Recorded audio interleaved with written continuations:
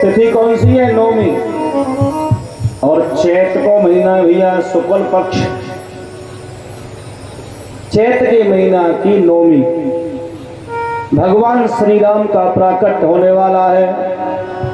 ऐसा समय हो गया, मध्य दिवस अति शीतल धामा, मध्य दिवस अति शीतल धामा, मध्य दिवस अति शीतल धामा, मध्य दिवस अति शीतल धामा, पावन काले लोक विश्रामा, पावन काल लोक विश्राम, पावन काले लोक विश्रामा।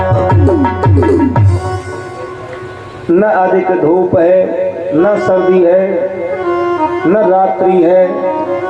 मध्य दिवस 12 बजे है, ये सूर्य वंश है। 12 बजे है। शीतल मंद सुर विबह बाहु, हर सत्य सुर संतन मन चाऊ। ऐसी सुंदर हवा चल रही है जो संतों के मन को लुभाने वाली। और भगवान जब प्रकट हुए महाराज, कैसे हुए? सशंक चक्रम शक्रीत कुंडलम, सपीत वस्त्रम सरसीरुहे क्षणम, शहार वक्ष स्थल कौस्तुभ स्त्रियम, नमामि विष्णु शिरसा चतुर्भुजम। कैसी सुंदर झांकी है। और प्रकट हुए पहले मां कौशल्या के सामने। अजन्मा है। ये उस प्रश्न का जवाब है कि भगवान जन्म लेते हैं कि नहीं। तो भगवान जन्म नहीं ले रहे हैं। भई प्रगट कृपाला दीन दयाला, कौशल्यायित का हर में तारी, मन मन हारी अद्भुत रूप विकारी, लोचन अभिरामा तनिगन श्यामा, निज आयत भुजकारी, भूषण वनमाला नैन विशाला, शोभा सिंधु धरारी, दूकर जोरी हस्त कोरी, देविद करुणा, माया गुण ज्ञाना नीत अमाना, वेद पुराण करुणा सुख सागर, तव गुण आगर, गावत सुखा, हित लागी जन अनुरागी, प्रगट भये श्री ब्रह्मांड निकाया, निर्मत माया, रोम रोम वीर रहे, मम पुरुषोवासी यह उपहासी, सुरत वीर मत उपराज भजाना, प्रभु ठिकाना, शरत बहुत विधीन कहे, कहे कथा सुनाई मात खुदाई, जे प्रकार सुख तुम्हें बोली सोमत बोली, सजवता कयह रूपा, ईश्वर सुलीला अति प्रिय शीला, यश परम अनुरूपा, सुनी हसन सुराना भोजन खाना, हे बालक सुररूपा, ये चरित्र दिवाही हरिपद पावही, श्रीण विप्रदेन सुर संतत लीन मन जय अवतार, निधि इच्छा निर्मत तनु, माया गुण गोपाल। राम जी महाराज की जय। जय जय श्री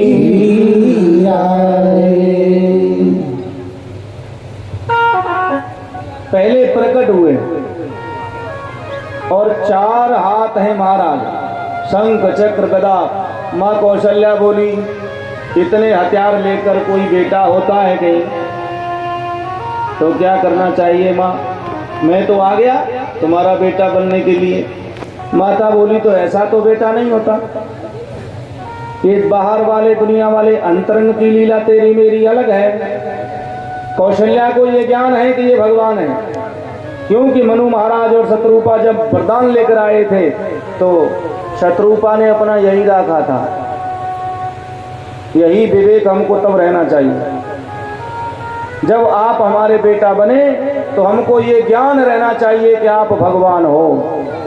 दशरथ जी ने कहा कि हम ऐसा वरदान नहीं लेंगे, हम तो केवल इतना लेंगे कि हम अपना बेटा माने तुमको, और बेटे के चरणों में इतना प्रेम हो कि चाहे प्राण क्यों न चले जाएं, परंतु बेटा के बिना हम रह नहीं पाए। ये मांगा।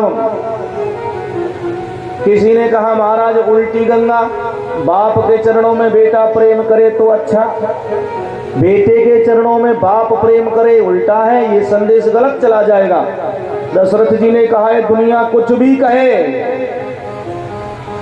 दुनिया वाले कुछ भी कहें, परंतु यही सत्य है कि मेरा प्रेम आपके चरणों में हो, आप मेरे बेटा बने और मैं आपको भगवान ना समझूं, बेटा ही समझूं।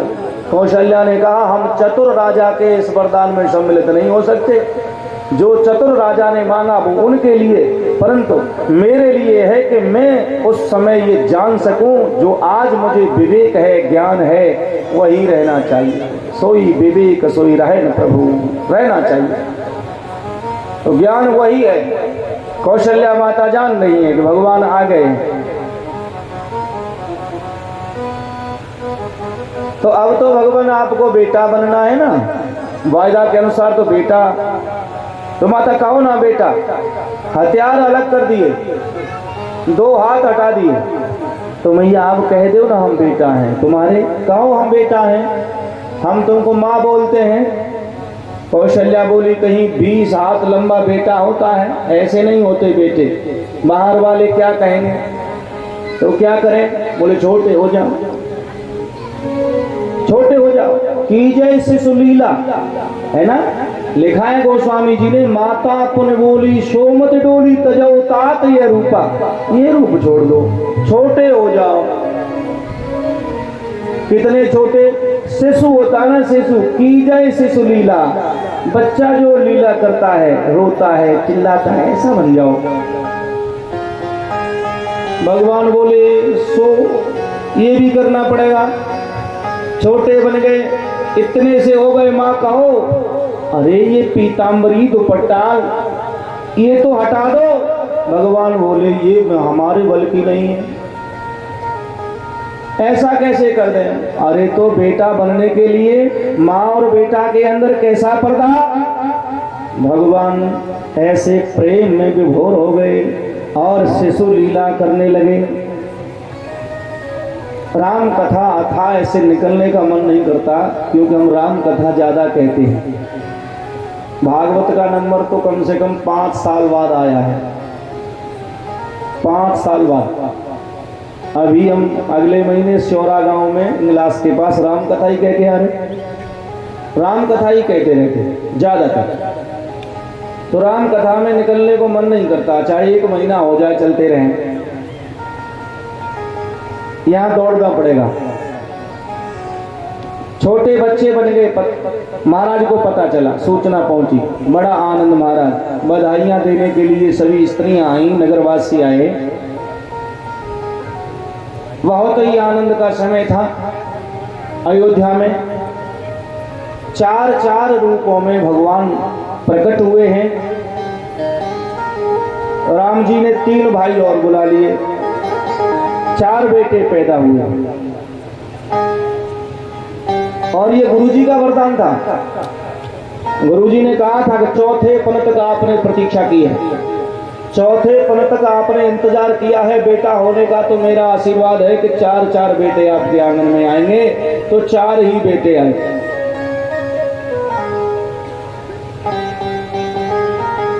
और ये 4 भाई धीरे धीरे बड़े होने लगे। गुरुजी के यहाँ शिक्षा प्राप्त करने गए। गुरुजी के यहाँ से शिक्षा प्राप्त की और नामकरण संस्कार हुआ। इन चारों के नाम गुरुजी ने इनके अनुसार ही रखे। जो आनंद सिंधु सुख राशि सी करते त्रैलोक सुपाशी, जिसके कारण पूरा संसार सुख भोगता है।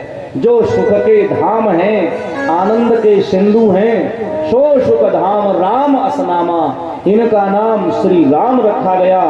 और भरत जी का नाम विश्व भरण पोषण कर जोई, जो विश्व का पालन करता है, ऐसे का नाम भरत है। ताकर नाम भरत सोई। और जिनके सुमिरन से, जिनका नाम लेते ही शत्रु दहलाते हैं, जाके सुमिरन पे रिपुनासा, दुश्मनों का नाश हो जाता है, ऐसे का नाम शत्रुघ्न रखा गया। इनका मतलब अलग अलग है। परब्रह्म परमात्मा भगवान श्री राम के रूप में है, वो ब्रह्म साकार रूप में प्रकट हुआ है। और पालन पोषण करने वाले मानो स्वयं भगवान विष्णु ही भरत रूप लेकर आए हो। भरत राम ही की अनुहारी, सहसा लख सकैन नर नारी, राम जी की मूर्ति है बिल्कुल। और शत्रुघ्न कौन है? विनाश कौन करता है, संहार कौन करता है? शंकर भगवान। तो मानो शंकर भगवान के ही अवतार शत्रुघ्न जी हैं, ऐसा मान लो। और लक्ष्मण जी फिर कौन है? अच्छा, लक्ष्मण जी तीसरे नंबर पर आने चाहिए थे। अगर कायदा अनुसार नाम रखें तो तीसरे नंबर पर लक्ष्मण जी आने चाहिए, परंतु लक्ष्मण जी सबसे पीछे हैं। किसी ने पूछा ऐसा क्यों हुआ? इसलिए तो उनके नाम में ही अर्थ छिपा हुआ है। लक्ष्मण जी हैं शेष अवतार, शेष अवतार। और शेष के ऊपर ही पूरी धरती टिकी हुई है, और जिसके ऊपर सब टिका हुआ है वो तो सबके नीचे ही रहेगा ना। आधार तो सबके नीचे रहता है कि नहीं? इसलिए लक्ष्मण धाम सुराम प्रिय, ये राम के प्रिय हैं और लक्षणों के धाम हैं। सकल जगत आधार, इनके नामों में ही उत्तर है। सारे संसार के आधार लक्ष्मण जी हैं, इसलिए इनको नीचे ही रखा, सबके नीचे लक्ष्मण जी को रखा। गुरु जी ने क्रम से नाम रखे गए महाराज। बड़े चतुर चारों बच्चे, मर्यादा पुरुषोत्तम भगवान श्री राम के साथ खेलते हैं। बड़े बड़े आनंद की लीलाएं अयोध्या में होती हैं। आगे चलकर ओ राजन, एक महात्मा की यज्ञ पूरी नहीं हुई। वो कौन महात्मा है? विश्वामित्र। विश्वामित्र के मन में ऐसी चिंता हुई कि मेरा यज्ञ पूरा नहीं होता। आप ये ना समझे कि हमारे मन में चिंता रहती है। चिंता महात्माओं को बहुत होती है, चिंता महात्माओं को भी होती है, ऋषियों की भी होती है। गोस्वामी जी ने लिखा है गाध तनय मन चिंता व्यापी। गाध तनय माने महाराज गाधी के बेटा विश्वामित्र। गाध तनय मन चिंता व्यापी और मरहिन हर बिन निश्चर पापी। ये भगवान के बिना ये निशाचर मर नहीं सकते, हमारा यज्ञ पूरा नहीं होगा। तो समझ लें, महात्माओं की चिंता में और हमारी चिंता में फर्क है। महात्मा चिंता करते हैं भगवान की, तो ये तो हो गया चिंतन, क्योंकि चिंता कदापि न कार्या, चिंता में कार्य बनता नहीं, बिगड़ता है, और चिंतन में काम बन जाता है। इसलिए चिंतन करना चाहिए। विश्वामित्र जी चिंतन करते हुए अयोध्या में आ गए। विचार कर रहे हैं कि जंगल में मैं गया था, भगवान को प्राप्त करने के लिए जंगल में मैं गया, और दशरथ जी को बिना जंगल गए मिल गए। तो मैं राम से कहूंगा, वाह भगवान, जंगल मुझे भेज दिया। हमने समझा जंगल में भगवान मिलते हैं, और जंगल से उल्टा मुझे बुला लिया। आपने मेरा जंगल छुड़ा दिया है। तो मैं भी तुमसे कहता हूं तुम्हारा घर छुड़ा दूंगा, और आपने अगर मेरा जंगल बसा दिया तो मैं वादा करता हूं तुम्हारा मैं घर बसा दूंगा। विश्वामित्र जी मन में संकल्प करते हैं कि आपने मेरा वन बसा दिया, वन में राक्षसों का नाश करके मेरा वन बस गया, तो मैं वादा करता हूं तुम्हारा घर बसा दूंगा। महाराज दशरथ ने जब सुना विश्वामित्र जी आए हैं तो कांप गए। वशिष्ठ जी बोले, राजन संत महात्मा आए हैं दरवाजे पर, तुम इतना क्यों विचलित हो रहे हो? सिंहासन छोड़ दिया, सेवा में लग गए। गुरुजी से बोले, गुरुजी एक चिंता है। क्या? मैंने तुमसे मना किया था कि राम का नाम राम ही रहने दो, आपने चंद्र लगा दिया। और मेरी ऐसी मान्यता है कि हमारे कुल में चंद्र नहीं होना चाहिए कोई, और जब जब चंद्र हुआ नाम के पीछे तभी आफत आ गई। बोले क्यों? हमारे वंश में पहले हरिश्चंद्र हुआ तो विश्वामित्र आए, अब रामचंद्र हुए तो विश्वामित्र आए, तो हमें विश्वामित्र जी से डर लगता है। गुरु जी बोले, तुम सेवा करो, छोड़ो ऐसी बातें, लग जाओ। बड़ी सेवा की और उनसे बेटा मांग लिए। क्या मांगा? बेटा मांग लिए। राम लक्ष्मण की जोड़ी मांगी। क्यों मांगी? जब गुरुजी सिंहासन पर बैठे हुए थे तो राम जी आए, राम जी इधर बैठ गए प्रणाम करके। फिर भरत जी आए, भरत जी इधर बैठ गए प्रणाम करके। फिर लक्ष्मण जी आए तो इधर ही बैठने का नंबर था, राम जी की तरफ बैठ गए। शत्रुघ्न आए चौथे नंबर पर तो उधर बैठ गए, क्रम से बैठे थे। विश्वामित्र जी बोले, दाहिने हाथ पर जो जोड़ी बैठी है ना, ये चाहिए, राम लक्ष्मण। हमें राम लक्ष्मण ही चाहिए। इसमें एक बात और थी, गुरुजी जानते हैं कि हम जनकपुर में जाएंगे और वहां बड़ी बड़ी बातें होंगी और राजा लोग भड़केंगे, बुरा भला कहेंगे, तो लक्ष्मण जी की आवश्यकता वहां पड़ेगी। अगर भरत जी को साथ ले जाते और कोई राजा वो दंड गाली देता तो भरत जी 4 बार पैर पकड़ते, भैया क्षमा कर दो, क्योंकि संत हैं। गुरुजी जानते हैं कि हमें लक्ष्मण की आवश्यकता है वहां, इसलिए हमें राम लक्ष्मण ही चाहिए। और वो ले जाने के लिए तैयार हो रहे। परंतु राजा दशरथ जी मन में बड़े विचलित हुए और बोले कि महाराज ऐसा कैसे हो, मैं बिना राम के कैसे रहूंगा? मेरी तो ये आंखें हैं, मेरे प्राण हैं। महाराज ने ऐसा कहा।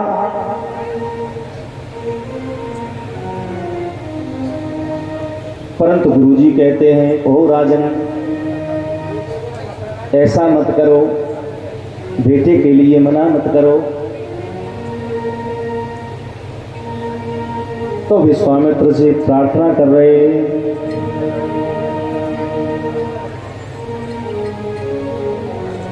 गुरुजी अगर मेरे आप प्राण ले ले तो मैं प्राण दे सकता हूं, परंतु मेरे बेटे न लेना, प्राण दे सकता हूं। अति अप्रिय बानी लगी, महाराज को बहुत ही अप्रिय बानी लगी जब राम जी को लक्ष्मण जी को माना। अति अप्रिय बानी लगी और मैं विष के कछु घूंट पिए नहीं जाते, और मैं कछु विष के घूंट पिए नहीं जाते। शिशु अंतिम आयु में प्राप्त किए, निज नैनों से दूर किए नहीं जाते। वसुधाधर धाम अदे नहीं कछु, पर सुत दान के नाम दिए नहीं जाते। पर सुत दान के नाम दिए नहीं जाते। भूमि मांगिए तुम्हारे भले, पर प्राणों के प्राण दिए नहीं जाते, पर प्राणों के प्राण दिए नहीं जाते। आप मेरे प्राण मांग लो, परंतु प्रभु इन्हें मत मांगो, इन्हें मत मांगो, ऐसा विश्वामित्र जी कह रहे हैं। परंतु विश्वामित्र जी ने तो कह दिया कि हमें केवल यही चाहिए। वशिष्ठ जी ने कहा जाने दो, जाने दो। दशरथ को अंदर की बात गुरु जी ने बताई। गुरु जी बोले महाराज जाने दो, अच्छा होगा, अच्छा होगा। विवाह तक की बात बता दी महाराज, अंदर की बात हो गई गुरु जी की और दशरथ जी की, फिर रोका नहीं। परंतु दशरथ ने विश्वामित्र को अब पिता बनाकर भेजा। तुम पितुमात, आज से तुम पिता, कोई दूसरा नहीं। जब विश्वामित्र को पिता बना दिया, पिता बनाकर भेजा है, विश्वामित्र जी राम लक्ष्मण को लेकर के जंगल में पहुंचे। सबसे पहले ताड़का आई और ताड़का का वध राम जी ने किया। भगवान के सामने अविद्या आती है, मान लो अविद्या। ये ताड़का कौन है? अविद्या, दूसरा नाम वासना। भगवान के सामने अगर वासना आ जाए तो भी टिक सकेगा? राम जी के सामने ताड़का रूपी वासना आई, भगवान को देखते ही समाप्त हो गई। वासना भगवान के सामने नहीं टिक सकती। विश्वामित्र से राम जी ने कहा महाराज अपना यज्ञ निर्द्वंद होकर कीजिए। यज्ञ शुरू हुआ। सुबाहु मारीच अपने भाई बंधु सबको लेकर के, अपने परिवार को लेकर के आगे महाराज। लक्ष्मण जी ने क्षण मात्र में अनुज, लक्ष्मण जी अनुज हैं, पूरे कटक को संहार कर दिया। राम जी ने क्या किया? एक ताड़का मारी और 1/2 आधो और एक मार्यो। कौन? मारीच। मारीच पूरो नहीं मार्यो, फेंक दिया। बिन फर बाण तेना, उसे कहां फेंक दिया? लंका में। ये काम आएगा आगे चल के, जिसकी हमें जरूरत है वो समाप्त हो जाए तो फिर हमारा खेल बिगड़ जाएगा। राम जी की लीला अभी बहुत बाकी है, इसलिए उन्होंने अपने एक पात्र को फेंक दिया लंका में अधमरा करके। तो राम जी ने कितना मारा? एक सही 1/2, 1.5 आदमी। एक ताड़का पूरी मारी और मारीच आधो ही मारो, 1/2। 1.5 मारे और राम ने, और पूरे कटक को, पूरे निशाचरों के दल को लक्ष्मण ने समाप्त कर दिया। जगबों सखा निशाचर जेते और लक्ष्मण हनय निमसिमौ तेते। जितना संसार में राक्षस घूम रहा है, लक्ष्मण जी एक क्षण मात्र में सबको मार सकते हैं। ऐसे हैं लक्ष्मण जी। यज्ञ पूरा हुआ महाराज, आगे चले। गौतम की पत्नी अहिल्या का उद्धार किया, चरण रज लगाई और उनका उद्धार हुआ। महाराज राम मन में खिन्न हो गए, दुखी हुए। एक गौतम की पत्नी, ब्राह्मण की पत्नी से हमें चरण छुलाना पड़ा, ये पाप हो गया, इसीलिए गंगा के लिए गए। राम जी इसीलिए गंगा स्नान के लिए गए और पहले गंगा स्नान किया, गंगा जी का महात्म्य कथा सुनी, ब्राह्मणों को दान दिया और दान देने के बाद फिर विश्वामित्र जी के संग प्रसन्न चित्त में चली। राम लखन चले मुन संगा, केवल वहां है जहां अहिल्या से चरण छूने की बात है, अन्यथा पहले हर्ष चले मुनवर के साथ, प्रसन्न चले और गंगा स्नान करके चले, फिर भी हर्ष चले मुनवर के संगा। तो वो प्रसन्न चित्त है।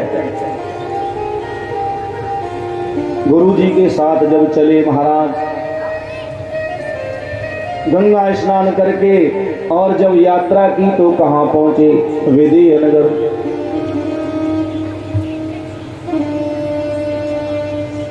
विदेह नगर में पहुंचे।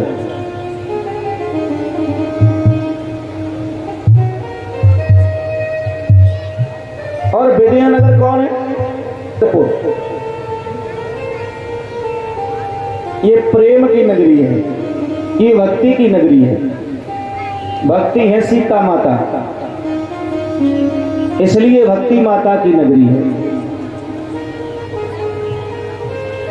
ये सारा इकट्ठा कर लो और टोपी वगैरह सब चिंता मत करो, कृष्ण जन्म में सब काम आएंगे।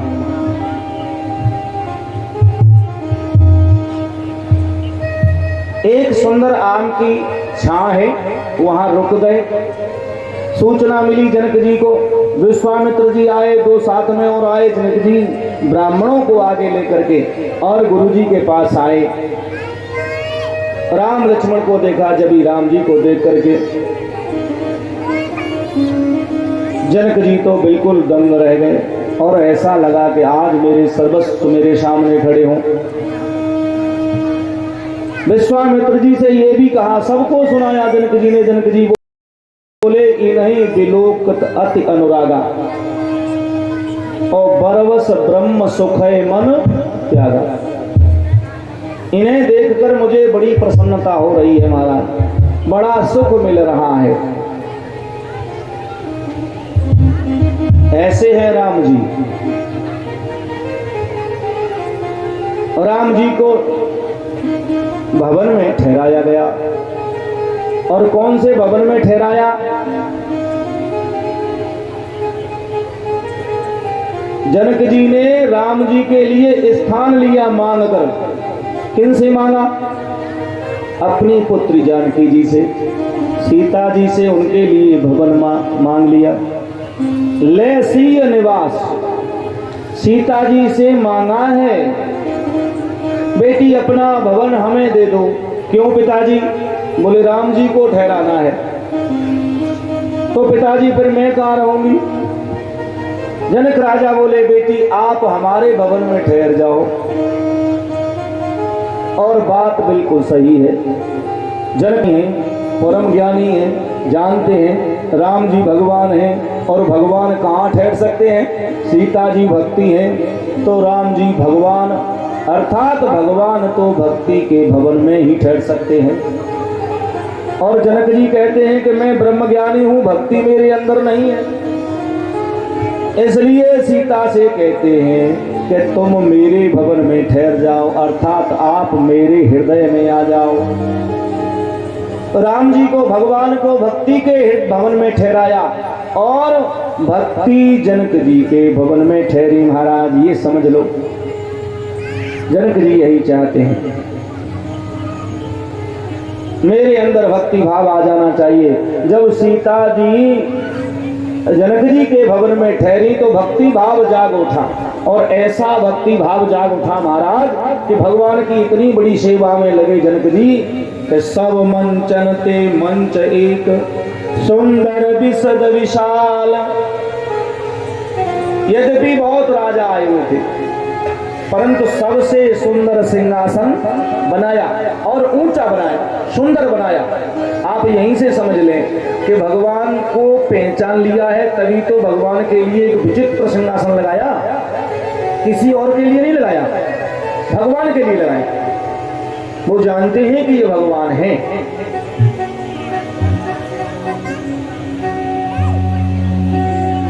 धनुष तोड़ने की प्रतिज्ञा सुनाई गई, जो कोई भी धनुष तोड़ेगा तो सीता जी उनसे विवाह कर लेंगे। बड़े बड़े राजा महाराजा सीता जी से विवाह करने की उत्साह में धनुष तोड़ते हैं, चलते हैं महाराज, परंतु किसी से हिला तक नहीं, धनुष हिला तक नहीं। एक भी राजा धनुष को हिला नहीं सका। तमकिता कित किसी भी धनुधर ही, उठै न कोटि भांति बल करई। अनेक प्रकार से अपने बल का पराक्रम दिखाते, परंतु धनुष को डिगा नहीं पाए। जिनके विचार कछु मन माही, चाप समीप महीप न जाही। जिनके विचार में कुछ ऐसा है कि भाई हमें धनुष तोड़ देते मतलब ही ना है, क्योंकि जानकी जी तो हमारी माता के समान है, तो वे लोग वे राजा नहीं गए, अपने ही स्थान पर केवल दर्शन करते रहे। और जो अज्ञानी है, अभिमानी है, वे सब गए, रुके नहीं महाराज। जब किसी से धनुष हिला नहीं तो जनक जी बड़े दुखी हुए और जनक जी खड़े हो गए। जनक जी ने कहा कि भैया रुक जाओ, मुझे ऐसा लगता है कि अब संसार में कोई क्षत्रिय है ही नहीं, कोई वीर बचा ही नहीं और अभिमानियों की कमी नहीं। हमारी जो सभा है, जहां जितने आए हैं, सब अभिमानी दिखाई दे रहे हैं, सब अभिमानी हैं। जनक जी ने बोल दिया, वीर विहीन में जानी, मैं जानता हूं कि ये पृथ्वी वीरों से खाली हो चुकी है। जनक जी ऐसा क्यों बोल रहे हैं? जनक जी जानते हैं कि लक्ष्मण जी जब तक खड़े नहीं होंगे तब तक काम नहीं बनेगा। तो लक्ष्मण जी को उत्तेजित करने के लिए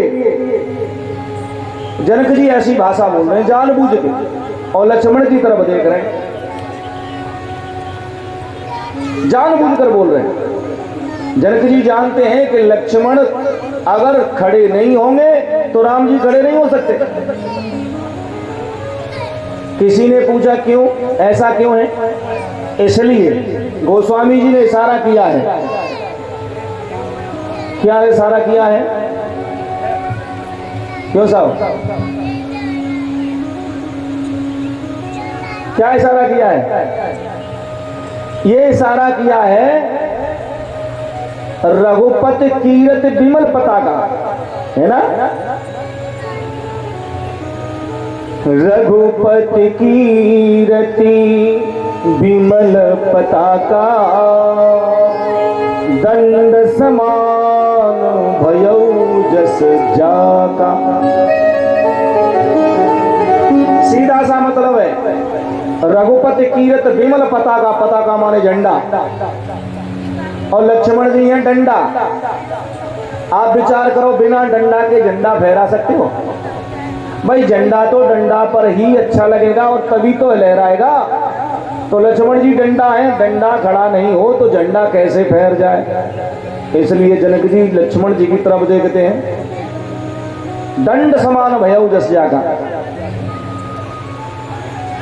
अब लक्ष्मण जी को बड़ा बुरा लगा, और इतना बुरा लगा सीधे जनक जी से ऐसे बोले, जनक कही जस अनुचित वाणी। जनक ने जो अनुचित वाणी कही है, विद्यमान रघुकुल मणि जानी। गोस्वामी जी ने लिखा रघुकुल मणि, दूसरा भाव भी है, दूसरा अर्थ भी है मणि, और लक्ष्मण जी हैं फणी, शेष अवतार हैं। तो लक्ष्मण जी सर्प के रूप हैं, और भैया मणि पे कोई आंच आवे, मान लो मणि पे कोई आंच आवे तो फणी बैठा रहेगा, सर्प बैठ नहीं सकता। तो ये मणि है और वो फणी है,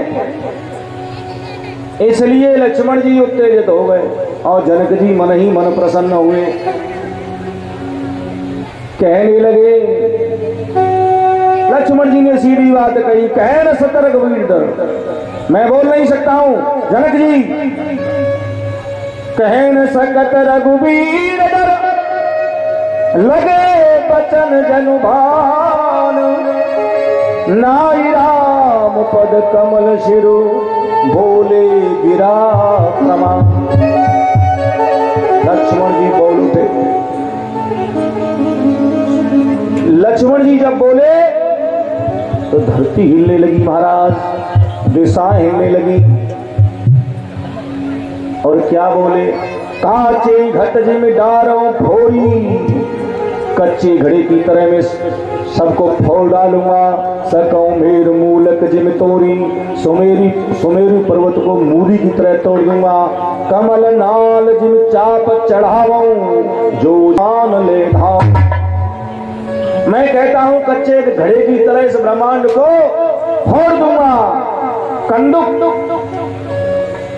एक कंदुक की तरह इसे उठाकर मैं 100 योजन तक भाग सकता हूं। और तोड़ूं छत्र दंड जिम। राम जी बोले ठहरो ठहरो ठहरो, रुक जाओ। लक्ष्मण जी बोल रहे हैं काचे घड़े की तरह फोड़ दूंगा, मूली की तरह तोड़ दूंगा और तोड़ूं छत्र का दंड जिम। राम जी बोले ठहरो, बोले क्या है इतना दम? इस ब्रह्मांड को काचे घड़े की तरह फोड़ देंगे, मूली की तरह तोड़ देंगे, इतनी ताकत इतनी शक्ति लक्ष्मण? तो लक्ष्मण बोले कि जी मैं ना कह रहा हूं भैया, मैं तो तुम्हारे भरोसे कह रहा हूं। तोड़ूं छत्र का दंड जिम, तब प्रताप बलनाथ। तुम्हारे बल के कारण कह रहा हूं, आप मेरे साथ हो तो मैं इतना जरूर कर दूंगा। भगवान बोले अगर इतना भरोसा हो तो तेरी राजी, फिर तो कर सकता है, तेरी मर्जी है। जब ऐसा लक्ष्मण जी कह रहे थे तो सभा में बड़ा सन्नाटा। अगर कोई ऐसी बात हो तो समझ लो एकदम शांति सी है जाए ना। सभा में बड़ा सन्नाटा था, सब एक दूसरे के मुंह को ताक रहे थे। उसी समय विश्वामित्र जी ने इशारा किया, विश्वामित्र समय शुभ जानी। विश्वामित्र समय शुभ जानी। विश्वामित्र समय शुभ जानी। विश्वामित्र समय शुभ जानी। विश्वामित्र समय शुभ जानी। विश्वामित्र समय शुभ जानी। विश्वामित्र जी ने जब देख लिया कि बहुत ही सुंदर समय है, जब सब चुप है, कितना शुभ समय देखा है कि अब सारे लोग बात सुनेंगे। और शुभ समय देखकर राम जी से इशारा किया, खड़े हो जाओ, खड़े जाओ। उठो राम बन जाओ भव चापा। उठो राम बन जाओ भव चापा। मेटो तात जनक परितापा। मेटा होता तो जनक परितापा।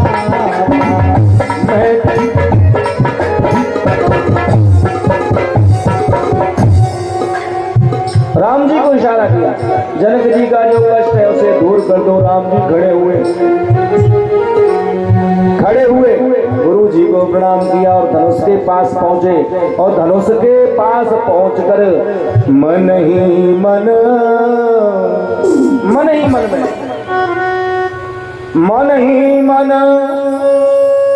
प्रणाम गुरु ही कीना। अति उठाई धनु राघव लीना। जय हो। राम जी ने धनुष को उठाया, किसी को पता नहीं चला, किसी को पता ही नहीं चला।